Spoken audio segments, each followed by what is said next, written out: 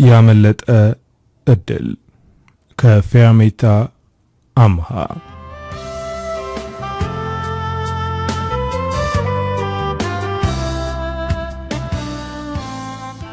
እናት መሆን የተለየ ስሜት አለው።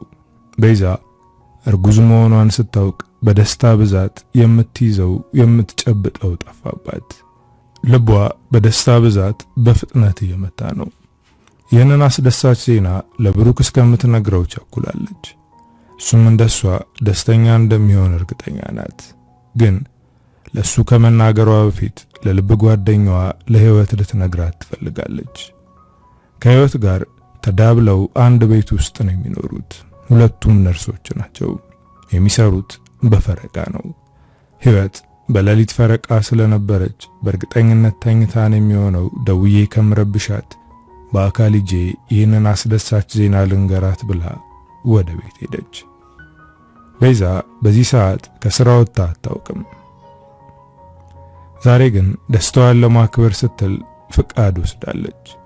ለህይወት ልትነግራት ከዛ ራት አዘጋጅተን ብሩክን እጠራዋለሁ የምስራቹን ከራት በኋላ ነግረዋለሁ እያለች በውስጧ እያሰላሰለች ወደ ቤት ገሰገሰች። ተኝታ ስለሚሆን በሩን አንኳኩቼ ከመቀሰቅሳት ቁልፍ ስለያዝኩኝ ከፍቼ ልግባና እስከምትነቃ ልጠብቃት ብላ በማሰብ በሩን ከፍታ ወደ ውስጥ ገባች።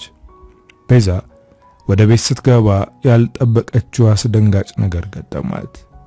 እንደ እህት የምታያት ጓደኛዋና በጣም የምታፈቅረው ፍቅረኛዋ እርቃናቸውን አልጋ ላይ ፍቅር እየሰሩ አገኘቻቸው።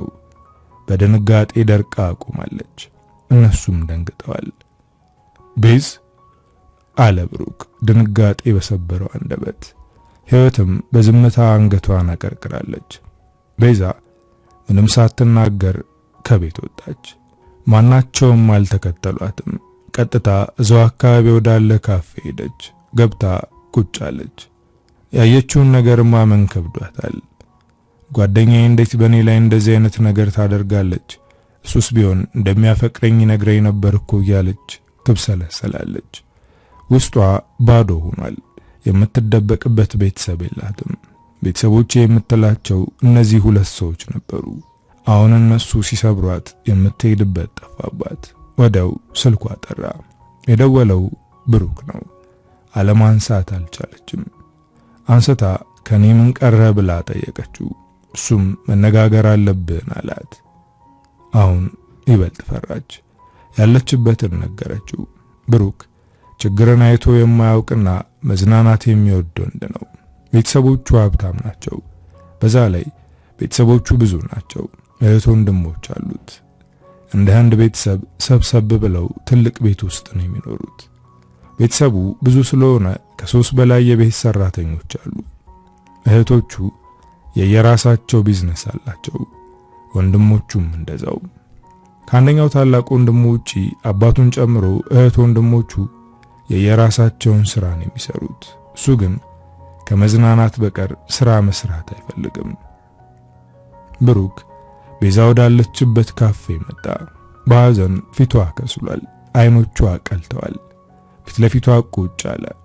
ከጀመራችሁ ቆይታችኋል በማለት ጠየቀችው። እሱም ባውንታ ጭንቅላቱን ከፍ ዝቅ አደረገ። ቤዛ ሲቃ እየተናነቃት ነው። አንተን ከመውደድ ውጪ ምን አጠፋው? እንዴት እንደዚህ አይነት ክህደት ትፈጽምብኛለህ?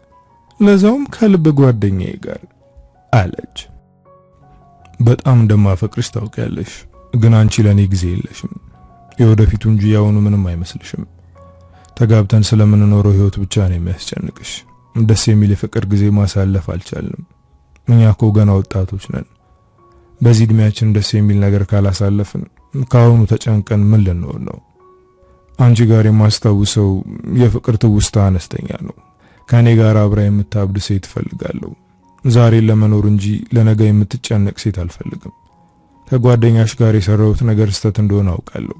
ከሷ ጋር መሳሳት አልነበረብኝም አለ። ይሄ ማለት ያደረኩት ነገር ልክ ነው ማለቱ ነው? ቤዛ ደነገጠች። ስለ ወደፊቱ እያሰብኩ ጊዜ አልሰጠሁትም ማለት ነው? ይሄንን ያክል ነው የተማረረብኝ አለች። ይህን የምትለው ለብሩክ ይቅርታ ለማድረግ ዳር ዳር ማለቷ ነው። ክብሯን አስበልጣ ከሱ ጋር መለያየት ነበረባት። ግን እሷ በሱ ፍቅር ልክፍት ውስጥ ናት። እንኳን አሁን ማርገዟን አውቃ ይቅርና ባታረግዝም እሱን ይቅር ትለዋለች። አውቃለሁ ነገን እያሰብኩ ዛሬን መኖር አልቻልኩም። አንተ እንደምታደንቃቸውና እንደምትፈልጋቸው አይነት ሴቶች መሆን አልቻልኩም። በዛ ምክንያት ስህተት እንድትሰራ አድርጌያለሁ። ግን እኔ ይቅር ብያለሁ። አንተም ይቅር በለኝ። እንደ አዲስ ነገሮችን እናስተካክል አለችው። ቤዛ ይቅር ትለኛለች ብሎ አላሰበም ነበር። ግን አሁን ይቅር ብለው እሷም ይቅርታ ጠየቀችው።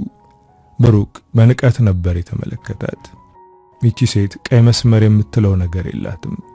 ያጠፋው ጥፋት ትልቅ እንደሆነ ያውቃል። ግን እንደዚህ በቀላሉ ምንም ሳይመስላት ድጋሚ አብረን ህይወትን ጀምር ማለቷ ዋጋዋን ቀነሰበት። ቤዛ አንቺና እኔ በፍጹም አብረን መሆን አንችልም።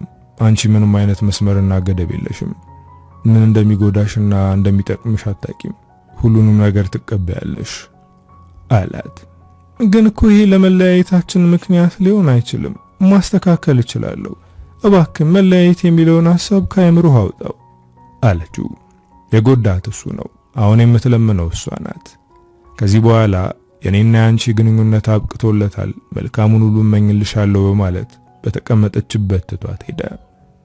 ቤዛ ቅድም ባይኗ ካየችው ክህደት በላይ ይሄ ነበር ያሳዘናት። ማርገዟን እንኳን ለመናገር ጊዜ አልነበራትም።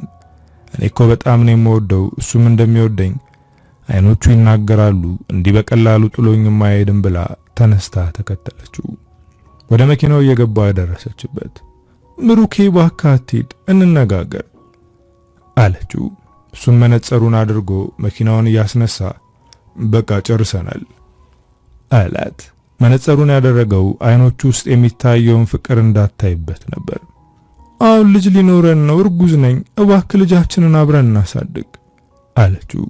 እርጉዝ ነኝ ብላ እንዳይሄድ ለማድረግ ስለመሰለው ከት ብሎ ሳቀ። ጽንሱን ማቋረጥ ትችያለሽ ወይዘሪት ቤዛ ብሏት መኪናውን አስነስቶ ተፈተለከ። ቤዛ መንገድ ዳር ተቀምጣ አለቀሰች። በሱ ጥፋት እሷ ይቅርታ ጠያቂ ሆናለች። እንደዛም ሆኖ አልተሳካላትም። እቃዋን ሰብስባ ከዛ ቤት መውጣት አለባት። ከዛች ከሃዲ ጓደኛዋ ጋር ለደቂቃ እንኳን መቆየት አትፈልግም። ወደ ቤት ስትሄድ ሻንጣዎቿ በር ላይ ተከምረዋል። በሩን በኃይል ስታንኳኳ ህይወት በሩን ከፈተችው። ምንም ነገር እንዳላደረገች በር ላይ ቆማ ምን ቀረሽ እቃዎችሽን ለቅሜ ነው የሰጠሁሽ አለቻት። እንደ እህት ነበር የማይሽ፣ አንቺ ግን ከጀርባ ይወጋሽኝ አለቻት። ብሩክ ከአንቺ ጋር የሚሄድ አይነት ወንድ አይደለም። አንቺን ፈንግሎ ሌላ ሴት ፍለጋ መሄዱ አይቀርም። ስለዚህ ወደ ሌላ ሴት ከመሄድ እኔ እዚሁ ላስቀረው ብዬ አሰብኩኝ። እኔ ጓደኛሽ ነኝ፣ በዚህ ቅር መሰኘት አልነበረብሽም አለቻት። ቤዛ ቋን እያነሳች መልካሙን ሁሉ እመኝልሻለሁ አለቻት። ህይወትም በሩን ጠርቅማ ዘጋችው። ቤዛ የህይወቷ ምዕራፍ የተዘጋ መሰላት። ከዚህ በኋላ ምንም የምኖረው ህይወት የለም አለች። እዚህ ከተማ የመኖር ፍላጎትም የላትም። ጠቅልላ ከአዲስ አበባ ወጥታ ወደ ናዝሬት አመራች። ሆዷ ውስጥ ያለው ጽንስ እጣ ፈንታ የሚወሰነው በሷ ነው። ላቋርጠው ወይስ ለተበደልኩት በደል መካሻ የሆነኝ እያለች ራሷን እየጠየቀች ነበር። በተደጋጋሚ ሆስፒታል በር ደርሳ ተመልሳለች። ምንም የማያውቀውን የእግዚአብሔር ፍጥረት የማጥፋት መብት የለኝም፣ መኖር አለበት፣ ፈጣሪ ከፈለገ ራሱ ያደርገዋል ብላ ለራሷ ተናገረች። ልጁን ለመውለድ ስለወሰነች ከመወለዱ በፊት ብዙ ነገሮች ማስተካከል አለባት። የነርስነት ስራዋን እዛ ቀጠለች። ስራ አላት።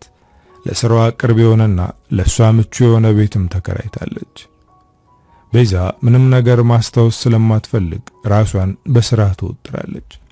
ስራ ቦታ ባልደረቦቿ ቀርበው ጓደኞቿ ለመሆን ሲሞክሩ ከነሱ ትርቃለች። ምክንያቱም አሁን ማንንም አታምንም፣ ጓደኛም ሆነ ሌላ ሰው ያስፈልገኝም ብላለች።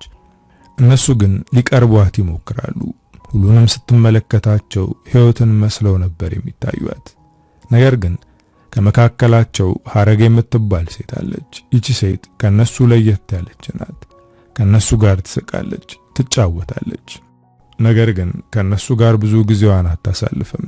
በዛ ላይ 3 ልጆች አሏት። የምታሳድጋቸው ብቻዋን ነው። አንድም ቀን ስታማርር ሰምታ አታውቅም። ስለ ወንድ ሲወራ ሚዛናዊ ናት። ለሴት ወይም ለወንድ አዳልታ ሳይሆን እውነታውን አይታ ነው ፍርድ የምትሰጠው። ለየት ያለች ሴት እንደሆነች ቤዛ አስተውላለች። ከነዛኞቹ ከመቀራረብ ይልቅ ከሐረግ ጋር መቀራረብ እንዳለባት አስተዋለች። ሐረግም ከቤዛ ጋር በቀላሉ ተግባባች። በተለይ እርጉዝ መሆኗን ካወቀች በኋላ ቤት ወስዳ ከልጆቿ ጋር አስተዋወቀቻት። ቤዛ አሁንም የህይወት ክህደት ተጽዕኖ ስላሳደረባት ሐረግ ላይ ብዙም እምነት የላትም። ቤዛ ከፍቃዱ ጋር የተዋወቀችው በሐረግ ምክንያት ነው። ፍቃዱ ዶክተር ነው። ከሐረግ ጋር ጥሩ የጓደኝነት ቀረቤታ አላቸው። ፍቃዱ ከብዙ ሰው ጋር አይቀራረብም። ትኩረቱ ስራው ላይ ነው። ከሐረግ ጋር የሆስፒታሉ ግቢ ውስጥ ምሳ አብረው ይበላሉ። ከሷ ጋር ካልሆነ ከሌላ ነርስ ጋርም ሆነ ዶክተር ጋር እንኳን ምግብ ሊበላ ቡናም አይጠጣም። ብዙዎቹ ጉረኛ ጢባራም ይሉታል። አንዳንዶቹም እሱ ውጪ ሄዶ ስለተማረ እኛን ንቆን ነው ይላሉ። አንዳንዴም የሀብታም ልጅ ስለሆነ ነው፣ አዲስ አበባ ተወልዶ ስላደገ ነው ይላሉ። ስለሱ ብዙ ነገሮችን ቢሰማም ግድ አይሰጠውም። ከሐረግ ጋር ሲሆን ግን በደንብ ያወራል፣ ይግባባል። እሷም ታከብረዋለች። ነርሶቹ ስለ ዶክተር ፍቃዱ ብዙ ነገር ሲያወሩ የሰማችው ቤዛ አሁን ስታየው እነሱ እንደሚያወሩት ጉረኛና ጢባራም እንዳልሆነ አረጋገጠች። ወደ ቤዛ እየተመለከተ ዝምታ አታብዢ፣ ካልሆነ እንደኔ ብዙ ስም ይሰጡሻል አላት። ሐረግ ፈገግ ብላ ቤዛ ልክ እንዳንተ ናት፣ ከሰዎች ጋር ሳይሆን ከህይወት ጋር ነው ግብ ግብ የገጠመችው አለች።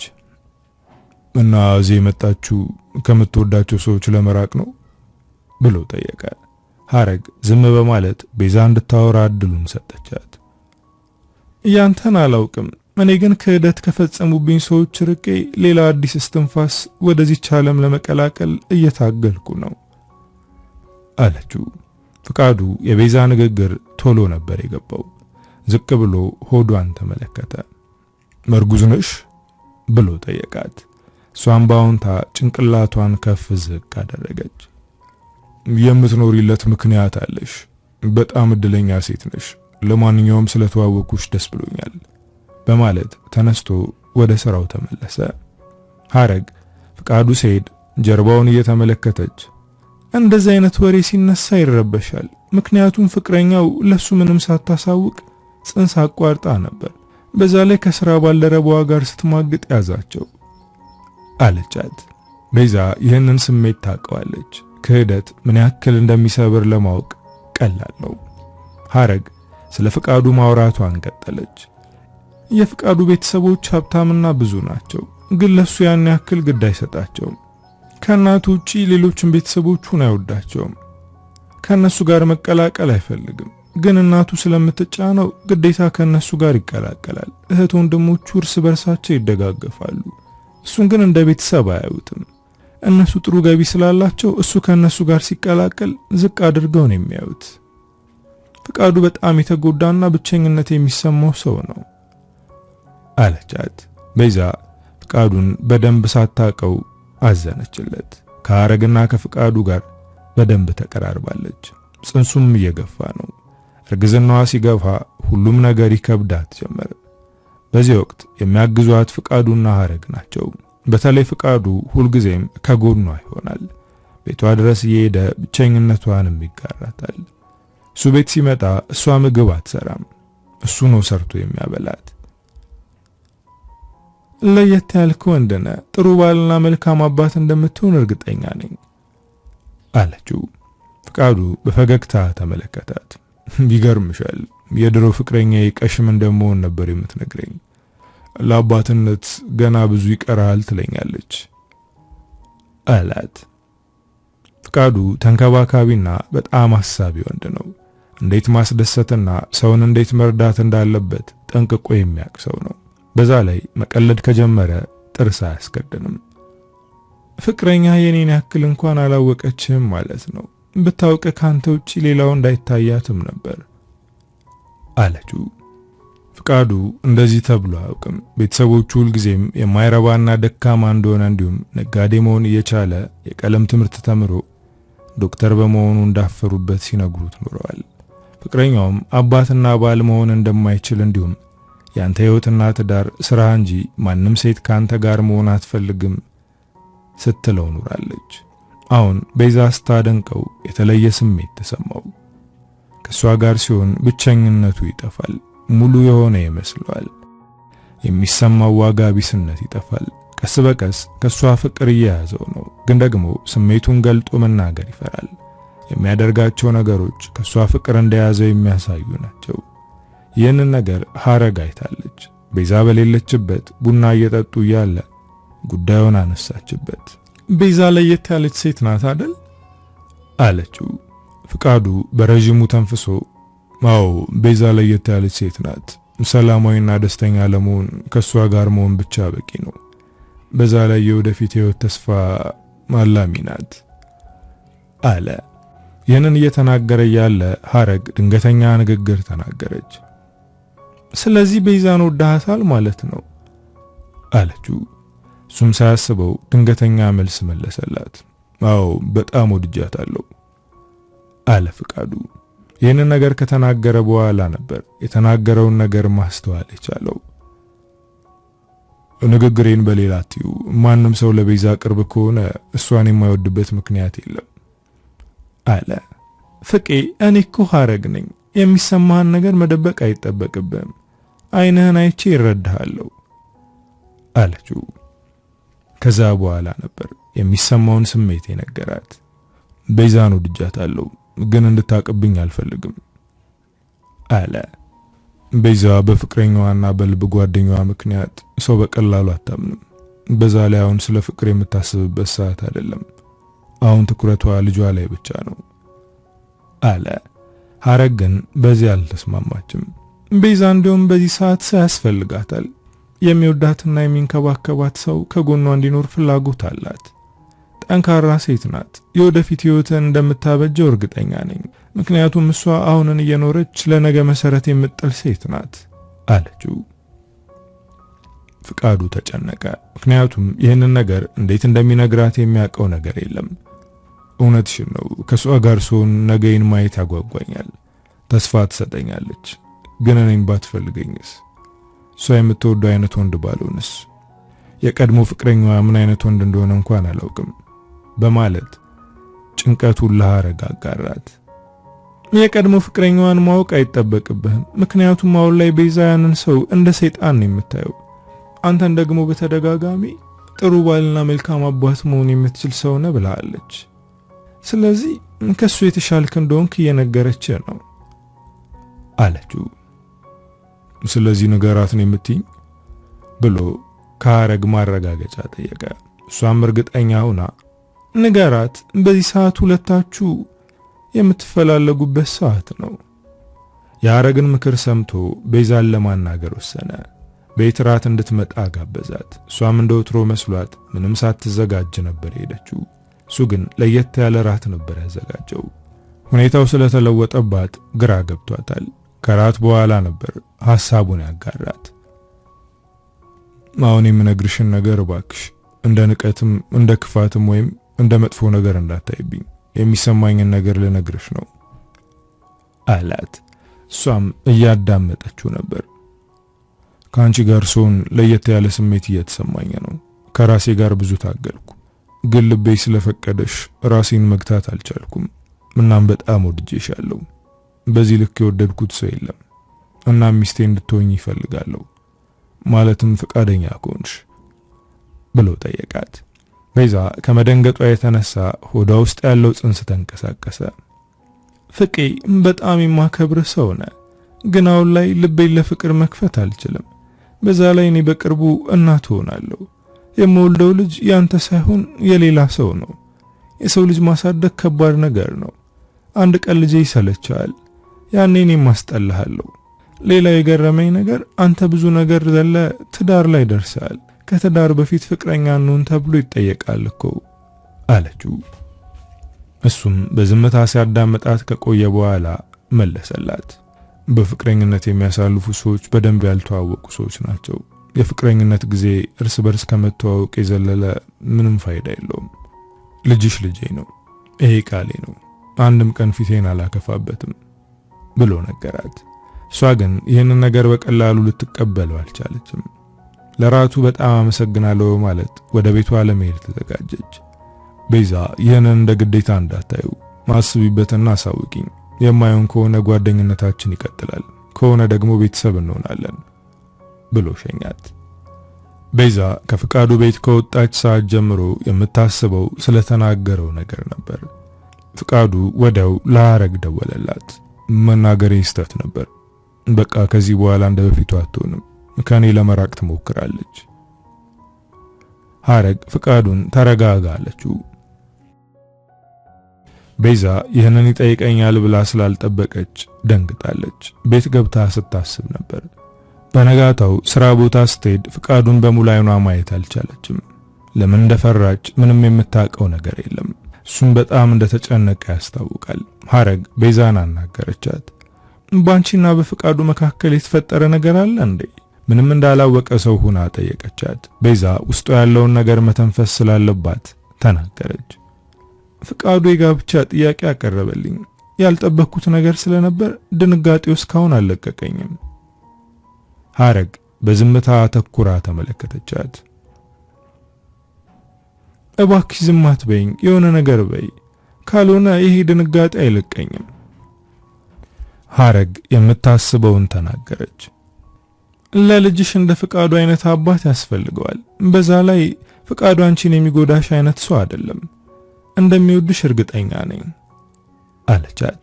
ቤዛ ግን አንገቷን አቀረቀረች። ልቤ ውስጥ ያለ የፍቅር ስሜት የጠፋ መስሎኝ ነበር፣ ግን አልጠፋም። አሁንም የማስበው ስለ አንድ ሰው ብቻ ነው። ብሩኬ ከልቤ አልወጣም። እሱም መርሳት ከብዶኛል። ሌላ ሰው እየወደድኩ ፍቃዱን ማግባት ልክ አይደለም። በሌላ ሰው ጥላ እንዲኖር አልፈልግም። ቤዛ ብሩክ ብዙ በደል ቢበድላትም አሁንም እሱን እያሰበች ነው። የቀድሞ ፍቅረኛሽን መርሳት የምትችው ሌላ ሰው ስትወጂ ነው። ፍቃዱ ብሩክን ያስረሳሻል አለቻት። ቤዛ አሁን ፍቃዱን ወደ ህይወቷ ለማስገባት አስባለች። ልጄን እንደ ልጅ ትቀበለዋለህ? በዚህ ቃል ገባልኝ አለችው።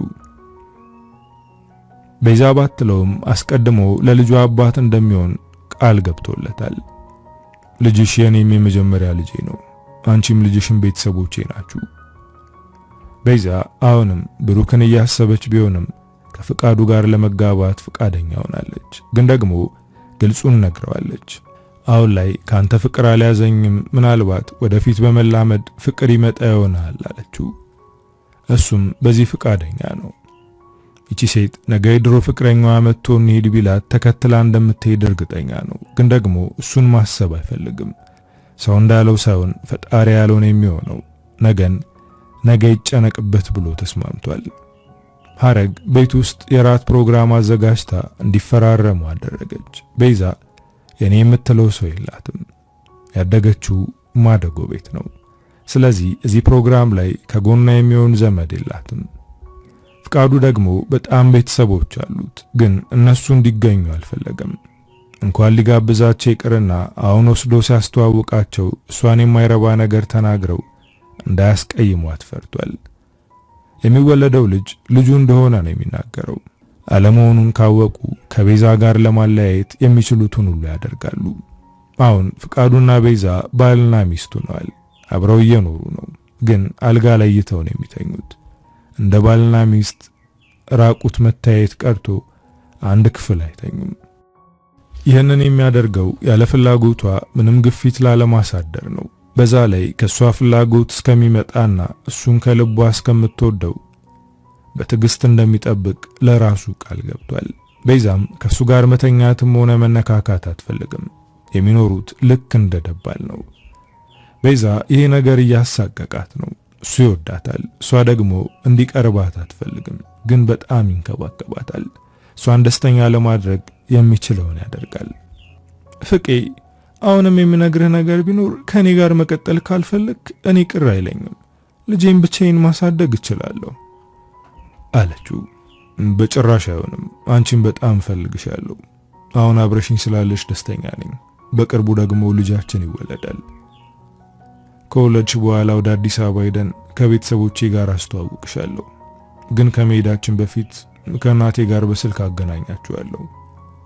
እናቴ እንዴት እስካሁን ዝም አልክ ለምን አልነገርከኝም ስለምትል ለሷ ቀድሜ ማሳወቅ አለብኝ ብሎ ስልኩን አውጥቶ ለእናቱ ደወለላት።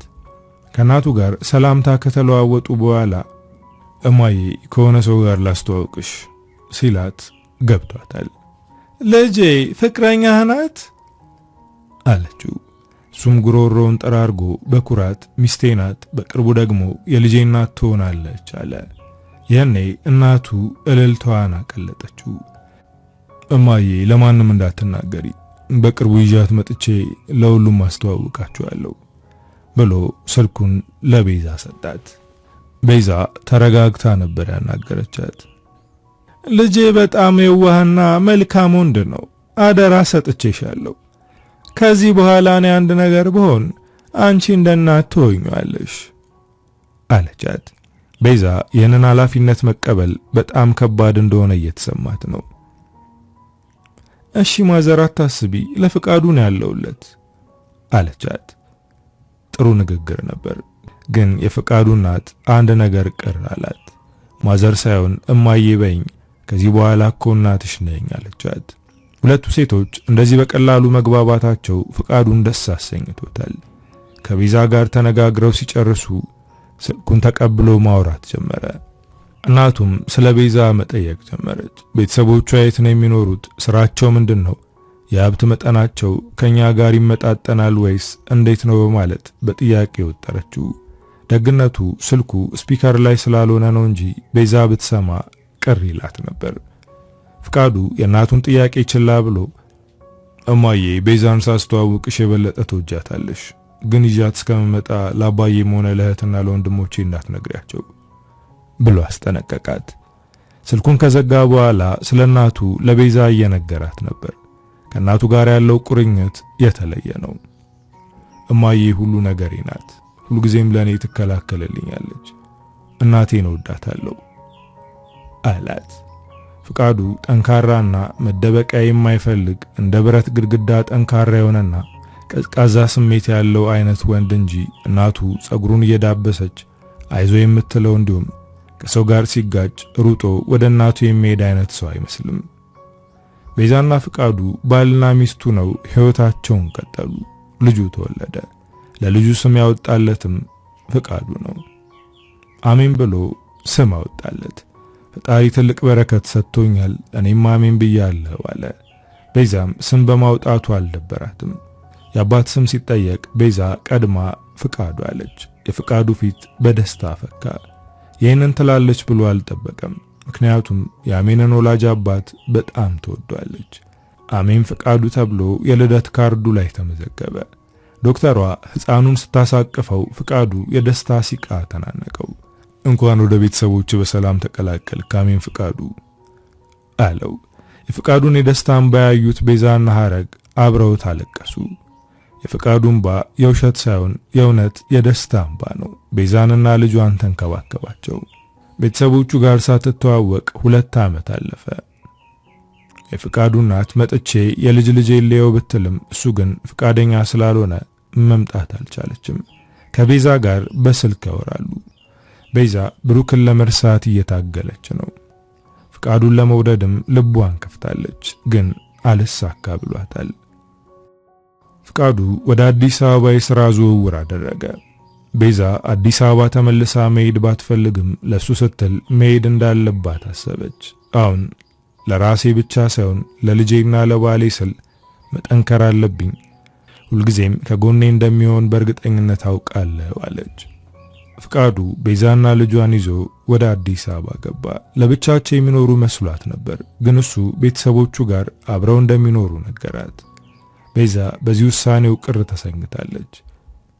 እናቴ አብረን እንድንኖር ነው የምትፈልገው፣ ግን አንቺ ካልተመቸሽ ከትንሽ ጊዜ በኋላ ቤት ፈልገን እንወጣለን፣ እስከዛው ግን ከነሱ ጋር እንቆይ አላት።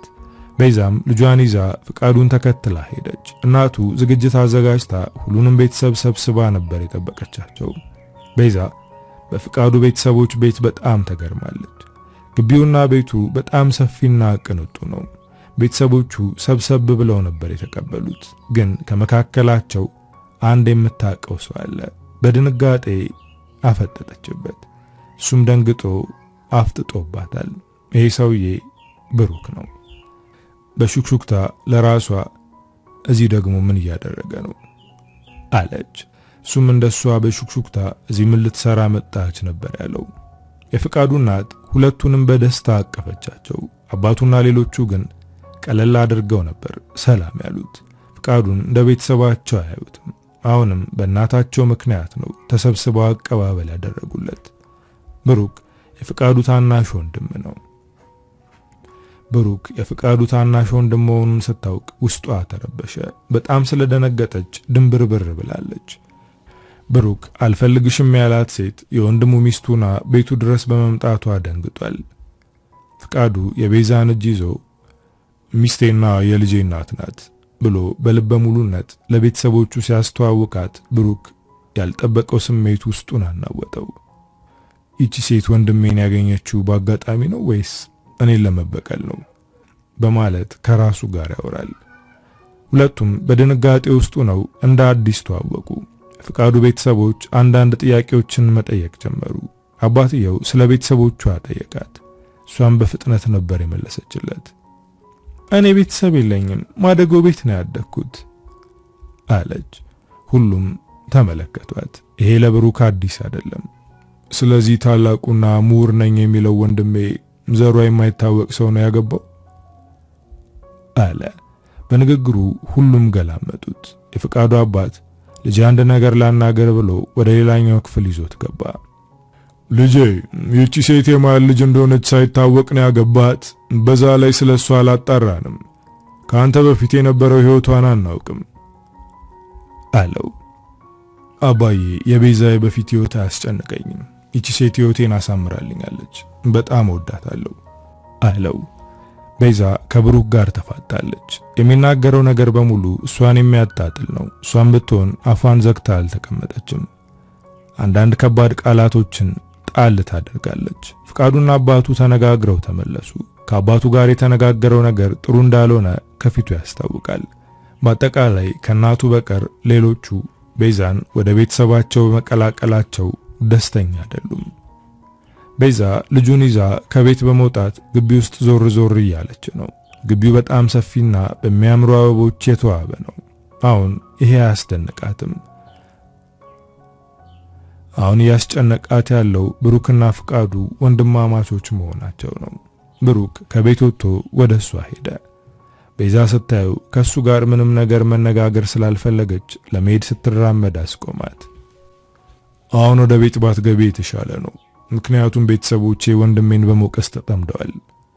የሚናገሩትን ነገር ከሰማሽ ጥሩ ስሜት አይሰማሽም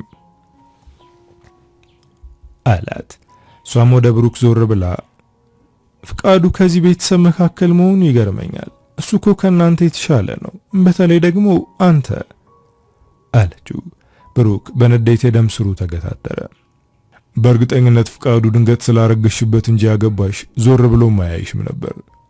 አንቺን እስከነ ጉድለትሽ የምወድሽ እኔ ብቻ ነኝ አላት። ቤዛ የብሩክ ንግግር በጣም አስቋታል። ካንተ ፍቅር ይዞኝ እንደነበር ሳስበው እብደት ይሰማኛል። ፍቃዱ በጣም የተለየ ወንድ ነው ብላ በቆመበት ትታው ወደ ቤት ገባች። ብሩክ በዝምታ ቆሞ አይኑ ከሷ ጋር ሄደ። ብሩክ ቤዛ ከፍቃዱ ጋር መሆኗ አበሳጭቶታል። የቅናት ስሜት እየተሰማው ነው።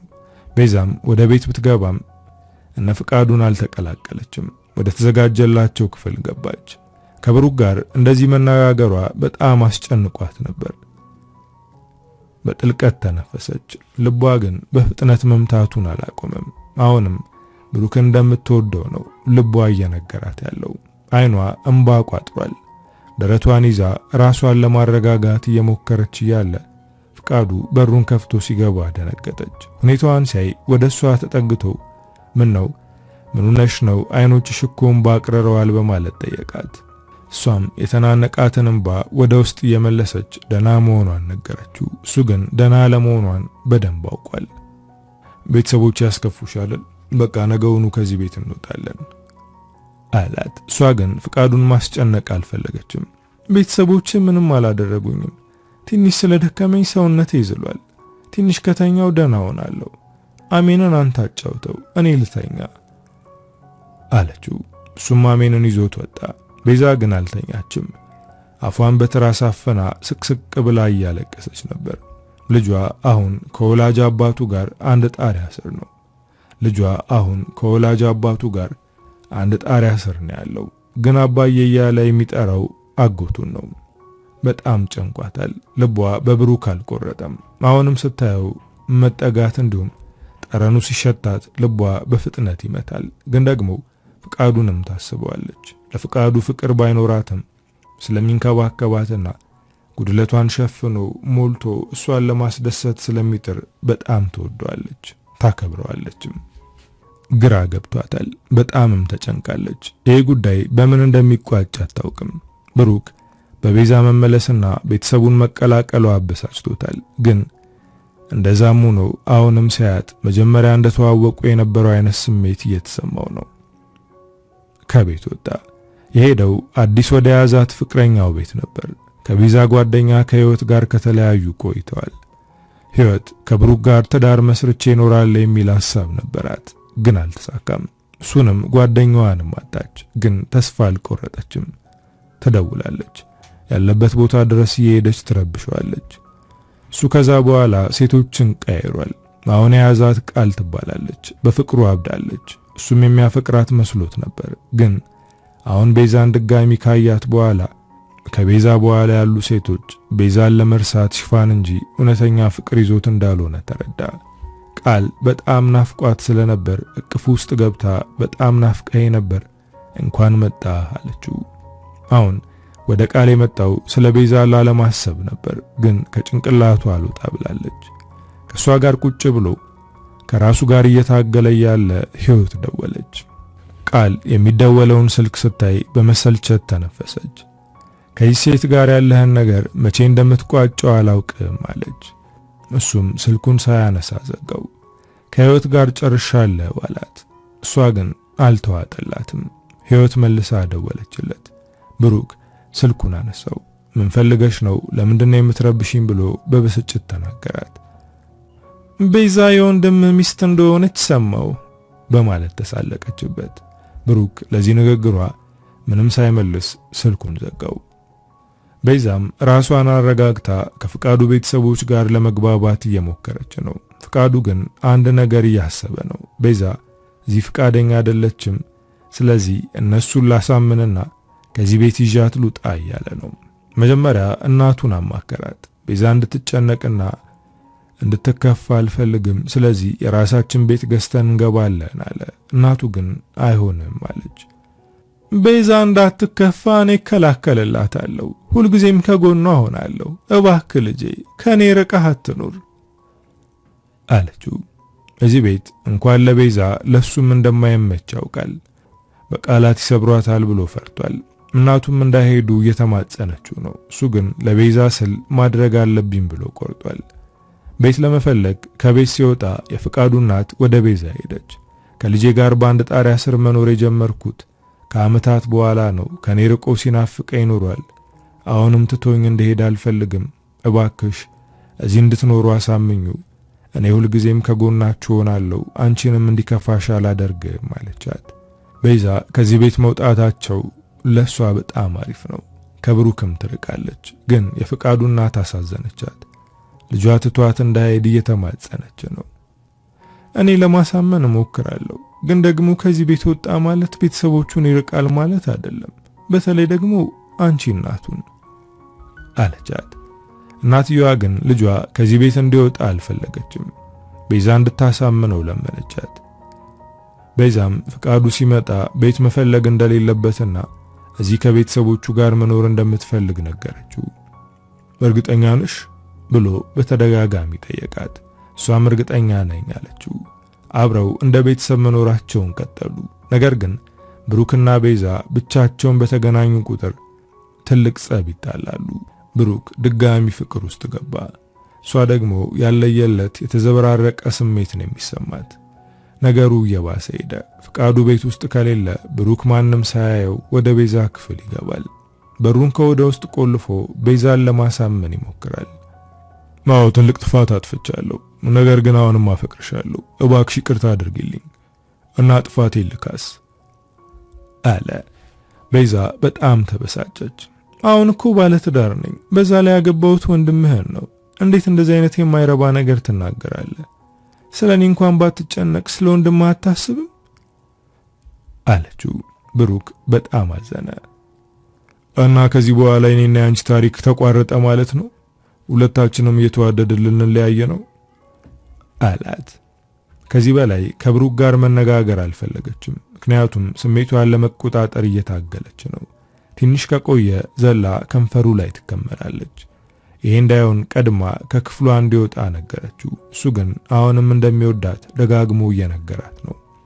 እባክህ ውጣልኝ አለችው። በስተመጨረሻ የፈራችውን አደረገች። ብሩክን ከረጅም ዓመት በኋላ ሳመችው። እሱም አጥብቆ አቅፎ ሳማት። ከተሳሳሙ በኋላ ተቃቅፈው ብዙ ቆዩ። አሁንም እንደምታፈቅሪኝ አይኖችሽ ላይ አይቼ ነበር አላት። የኔ ከቅፉ ወጣች። አሁን ከክፍሌ ውጣ አለችው። እሱም በፈገግታ እየተመለከታት እሺ እወጣለሁ፣ አላስጨንቅሽም። ግን አንድ ነገር ወቂ፣ እንዳንቺ የማፈቅራት ሴት የለችም። በጣም አፈቅርሻለሁ ብሎ ወጣ። ቤዛ በዝምታ ተቀመጠች። ምን እያደረኩ ነው ብላ ራሷን መጠየቅ ጀመረች። የብሩክ ልብ በደስታ እየመታ ነው። ቀጥታ ከቤት ወጥቶ ወደ ቃል ሄደ።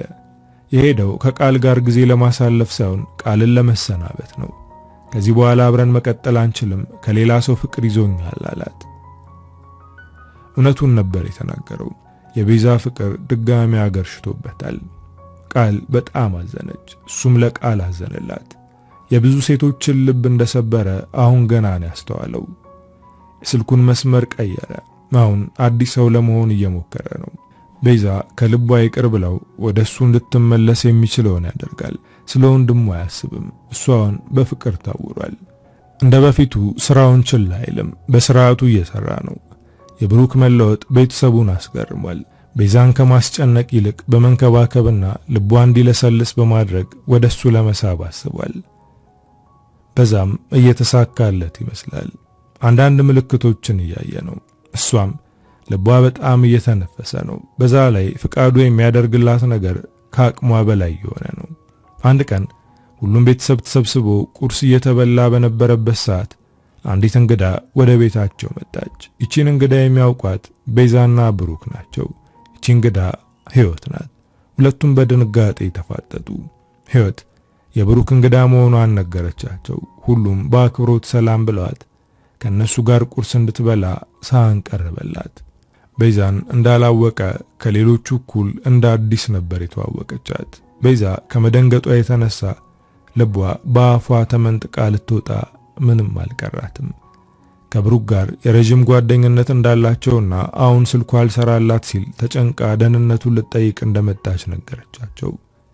ግን የመጣችው ለዚህ ሳይሆን ለተንኮል እንደሆነ ቤዛና ብሩክ ያውቃሉ። በመሃል ቤዛን ማድነቅ ጀመረች። ተረጋጋሽና ደርባባ ሴት ነሽ። ብሩኬ እንደ ወንድሜ ሚስት የተረጋጋችና ደርባባ ሴት ነው ማግባት የምፈልገው ሲለኝ አንቺን ለማየት ጓጉቼ ነበር አለቻት። ቤዛ የምትናገረው ጠፋባት። ፈገግ ብላ ጥርሷን አሳየቻት። ፍቃዱ ሚስቱን በፈገግታ እየተመለከተ ሚስቴ በጣም የተለየች ሴት ናት አለ። ብሩክ በቅናት ውስጡ እያረረ ነው። ህይወት የብሩክን ፊት ተመለከተች። አሁንም ቤዛን እንደሚወዳት አረጋግጣለች። ዶክተር መሆንህን ብሩኬ ነግሮኛል። ብዙ የማናገርህ ነገር አለ። ስለዚህ ስልክህን ስጠኝ ብላ ተቀበለች። ቤዛ አሁን ይበልጥ ፈራች። ህይወትን ከሸኙ በኋላ ፍቃዱና ቤዛ ወደ ክፍላቸው ገቡ። ቤዛ በጣም ተበሳጨች። እንዴት ስልክህን ትሰጣታለህ አለችው። እንደዚህ በቁጣ አናግራው ስለማታውቅ ተገርሟል። ስልኬን የተቀበለችኝ እኮ ለሌላ ነገር ሳይሆን ዶክተር ስለሆንኩ ነው አላት። እሷ ግን አሁንም ንዴቷ አልበረደላትም። ምን ነው ቀናሽ እንዴ ሲላት ነበር ወደ ራሷ የተመለሰችው። አልቀናውም፣ ግን እቺ ሴት ሰዓት ደስ አላለችኝም አለች። ፍቃዱ ግን እንደ ቀናች ነው የተሰማው። መቅናቷ አስደስቶታል። ምክንያቱም እየወደደችኝ ነው ብሎ ስላሰበ ነው። እሷ ደግሞ ስለፈራች ነው እንደዚህ የተናደደችው። ሕይወት ተንኮለኛና ክፉ ስለሆነች ሁሉንም ነገር ለፍቃዱ ብትነግረውስ የሚል ፍርሃት አድሮባታል። ብሩክ ከሕይወት ጋር ከቤት ወጣ። እንዴት ብትደፍሪ ነው ቤት ድረስ የመጣሹ ብሎ እየጮህባት ነው። እሷ ግን የብሩክ ንዴትና ቁጣ አላስደነገጣትም። አንተንና ያችን የማትረባ ሴት አዋረዳችኋለሁ አለችው። ከዛ ጊዜ በኋላ ቤዛ በፍርሃት ውስጥ ናት። ሕይወት ነግራው ይሆን እያለች ሰቀቀን ሊገላት ደርሷል።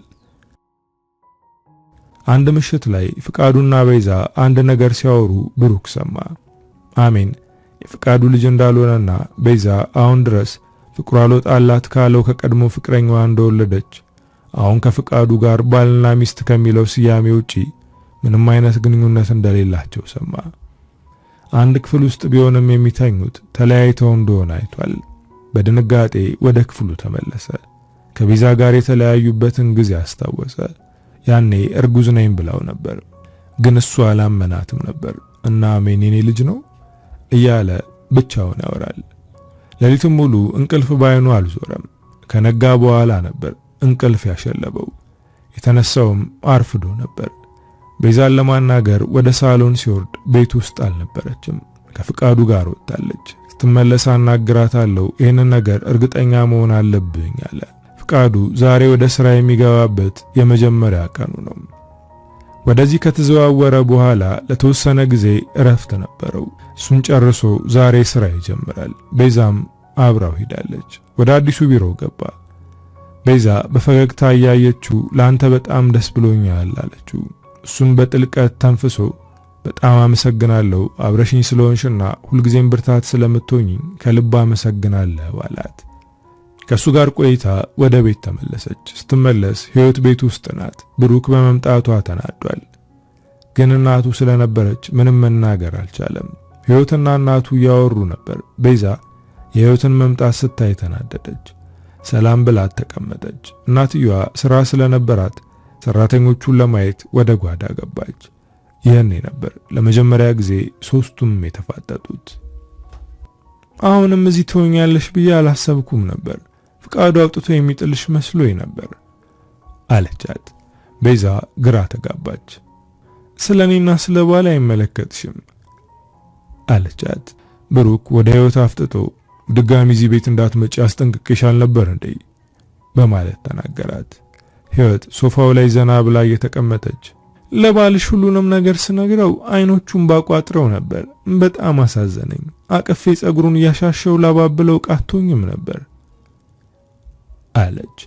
ቤዛና ብሩክ በድንጋጤ አንድ ላይ ነግረሽዋል እንዴ ብለው ጠየቋት። እሷም የነገረችው ያኔ ስልኩን የተቀበለች ምሽት ላይ እንደሆነ ነገረቻቸው። ቤዛ በድንጋጤ እየተንቀጠቀጠች ነው። ብሩክ የሕይወትን እጅ እየጎተተ ከቤት አስወጣት። እናትየዋ ተመልሳ ስትመጣ ሕይወት የለችም። ቤዛ ደግሞ ሁኔታዋ ጥሩ አይደለም።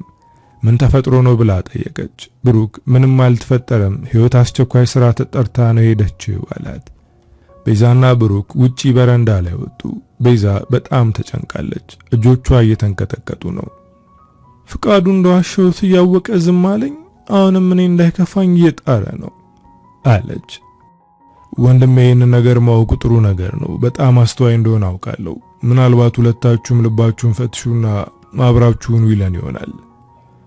ልጃችንን አብረን እናሳድገዋለን አለ።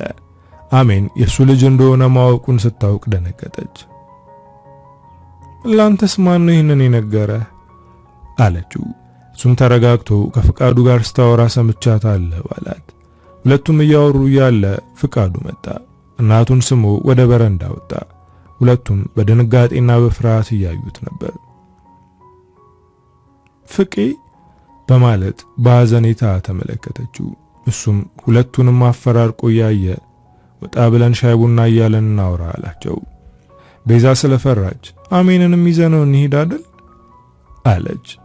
አሜን እዚህ ቆይ፣ ሶስታችን ብቻ ነው የምንሄደው አላት። ብሩክ ግን አልፈራም። እንደውም ይሄ ነገር በመታወቁ ደስ ብሎታል። ፍቃዱ ቤዛንና ብሩክን ጸጥታ ወዳለበት ቦታ ወሰዳቸው። ቤዛ በጭንቀት ልትፈነዳ ደርሳለች። ፍቃዱ ፊት ለፊታቸው ተቀምጦ በዝምታ እየተመለከታቸው ነው። ቤዛ ሰውነቷ እየተንቀጠቀጠ ነው። እሷን መጨነቅ ያየው ብሩክ አላስቻለውም። የሆነው ሆኗል እንደዚህ በማስጨነቅ ነው የምትቀጣን አለው። እኔ ማናችሁንም እየቀጣው አይደለም፣ የመቅጣትን ፍላጎት የለኝም፣ ግን ጥያቄዎቼን እንድትመልሱልኝ እፈልጋለሁ አለ። ቤዛ እንባዋ ያለማቋረጥ እየፈሰሰ ነው። ጠይቀንና ይህንን ውጥረት ቶሎ እናርግበው አለ ብሩክ። ፍቃዱ ወደ ቤዛ ጠጋ ብሎ ያለማቋረጥ የእንባ ጎርፍ የሚለቁትን አይኖቿን እየተመለከተ ወደኔ የመጣሽ ወንድሜን ለመበቀል ነው በማለት ጠየቃት። ቤዛ እውነቱን ነገረችው። በጭራሽ አይደለም፣ ወንድማማቾች መሆናችሁን ያወቅኩት እዚህ ከመጣን በኋላ ነው። ምንም የማውቀው ነገር አልነበረም። ካወቅኩ በኋላም ልነግርህ ነበር፣ ግን ፈራሁ አለችው። ፍቃዱ አሁን ደግሞ ብሩክን ጠየቀው። አሁን የሚሰማ ስሜት ምንድነው? ቤዛን ታፈቅራታለህ ብሎ ጠየቀው። ብሩክም በጥልቀት ተንፍሶ ልቡን አዳመጠ። አዎ አሁን የሚሰማው ጥልቅ ፍቅር ነው። የውሸት ወይም ለማታለል አይደለም። የእውነት ቤዛን ያፈቅራታል።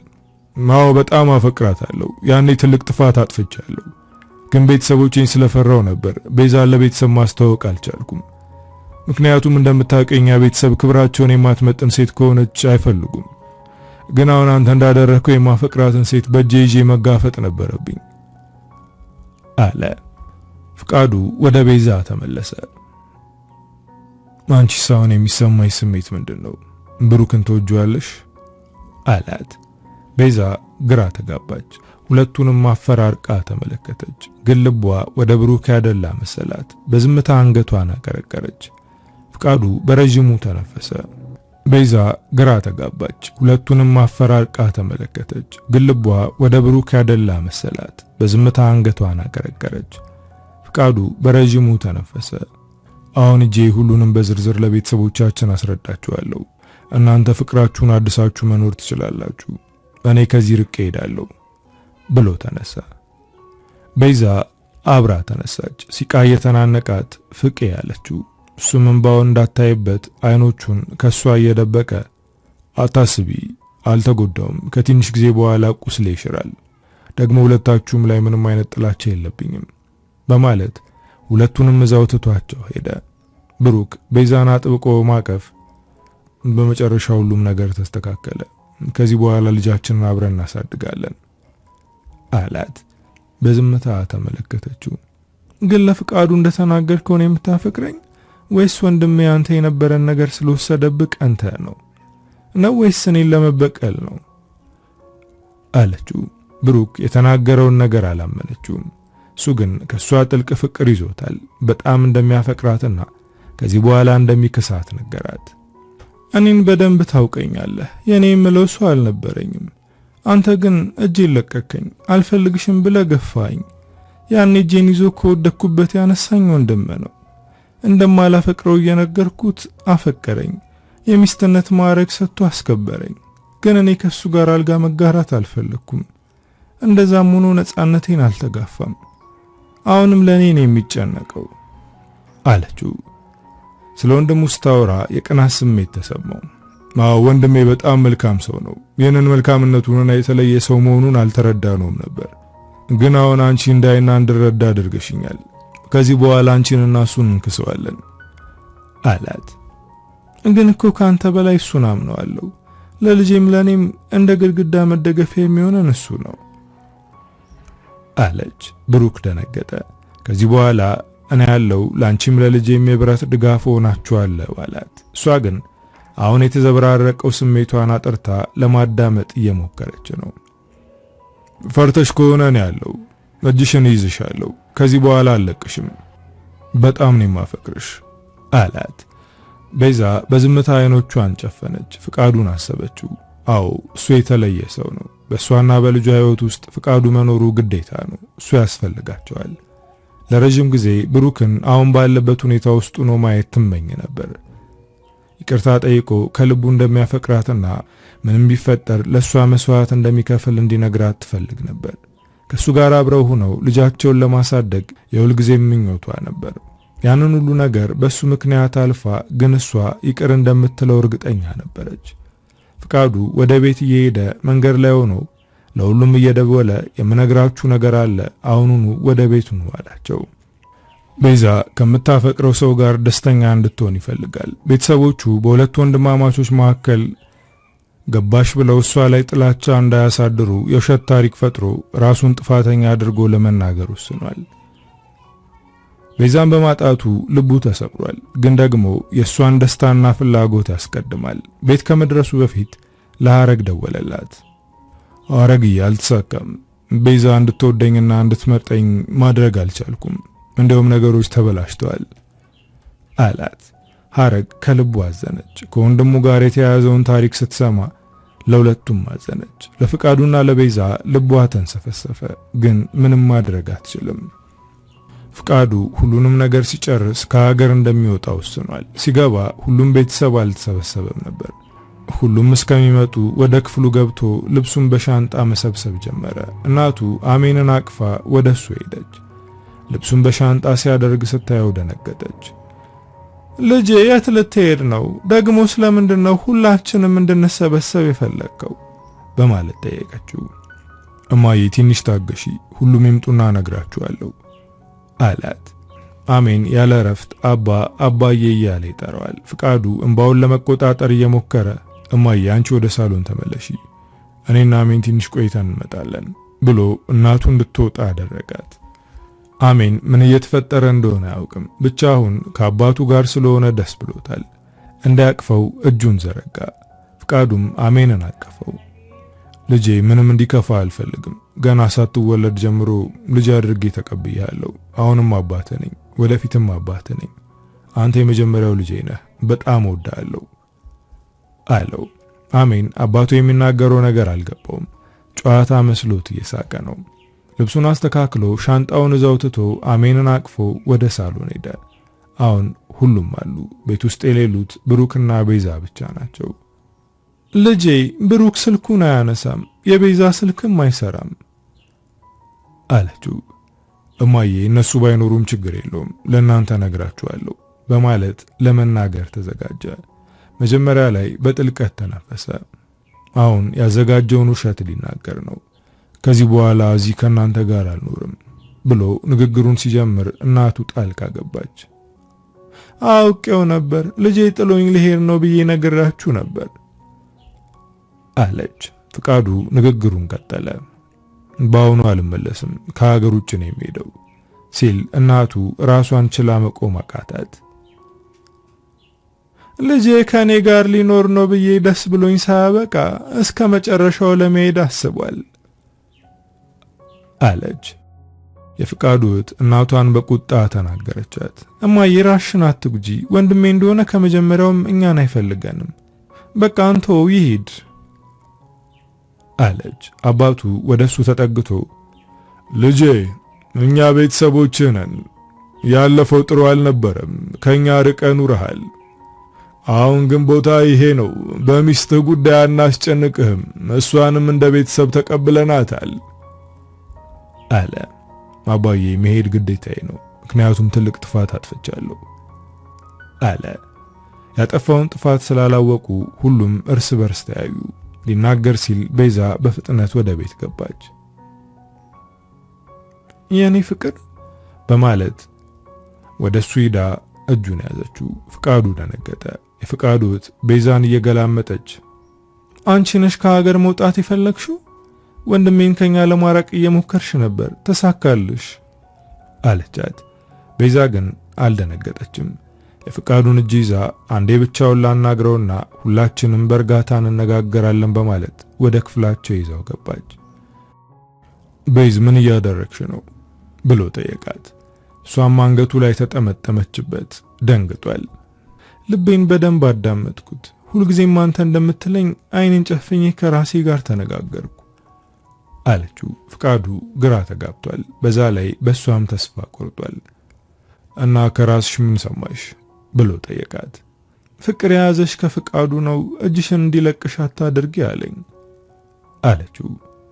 ምን መናገርና ምን ማድረግ እንዳለበት አያውቅም። በዝምታ እየተመለከታት ነው። መደንገጡን አየች። እጁን ይዛ በፈገግታ ካንተ ፍቅር ይዞኛል፣ የእውነት ባልና ሚስት እንድንሆን እፈልጋለሁ አለችው። ፍቃዱ የደስታ እንባ አለቀሰ። አጥብቆ አቀፋት። አሁን እሱን መርጠዋለች። ለቤተሰቦች ምንም አትበላቸው፣ እንደዚሁ እንቀጥላለን አለች። እጅ ለእጅ ተያይዘው ወደ ሳሎን ተመለሱ። አሁን ብሩክም መጥቷል። ከቤተሰቦቹ ፈንጠር ብሎ ተቀምጧል። እኔና ፍቄ ተነጋግረን ወስነናል። የትም አንሄድም። እዚሁ ከእናንተ ጋር ነው የምንኖረው። እኛ ቤተሰቦች ነን አለች። የፍቃዱ እናት ቤዛን አቅፋ አመሰገነቻት። እህቱ ግን አሁንም ግራ ተጋብታለች። ጥፋት አጥፍቻለሁ ብለህ ነበር፣ ስለሱ እኮ አልነገርከንም አለችው። ብሩክ ከፍቃዱ ቀድሞ መናገር ጀመረ። ወንድማችን ድጋሚ ትቶ ሊሄድ እንደሆነ ሲናገር በጣም ከባድ ንግግር ተናገርኩት። እሱም ጉልበቱን አሳየኝ፣ እስከሚበቃኝ ደበደበኝ። እሱን ነው ጥፋት አጠፋው የሚለው አለ። ሁሉም ወደ ብሩክ እየተመለከቱ የተመታህ አትመስልም እኮ አሉት። ስታዩኝ እኔ በቀላሉ የምጎዳ መስላለሁ ብሎ ለመቀለድ እየሞከረ ነበር። ነገሩን ሁሉም ቀለል አድርገውት መሳቅ ጀመሩ። ብሩክ ድጋሚ የማይረባ ነገር አድርጎ ቤዛ እንድትጎዳ ማድረግ አይፈልግም። ከዚህ በኋላ ምንም ቢያደርግ ለሱ እንደማትሆን ስለተረዳ ፍቅሩን ሰውቷል። እሷ ደግሞ በስተመጨረሻ የህይወቷን አጋር ፍቅሯን አግኝታለች። አበቃው። ከፊያሜታ አምሃ።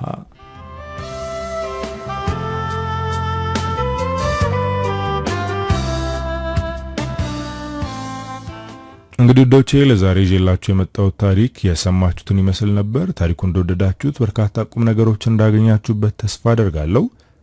በቀጣይ በሌላ ስራ እስክንገናኝ ሀገራችንን ሰላም ያደርግልን። ቻው።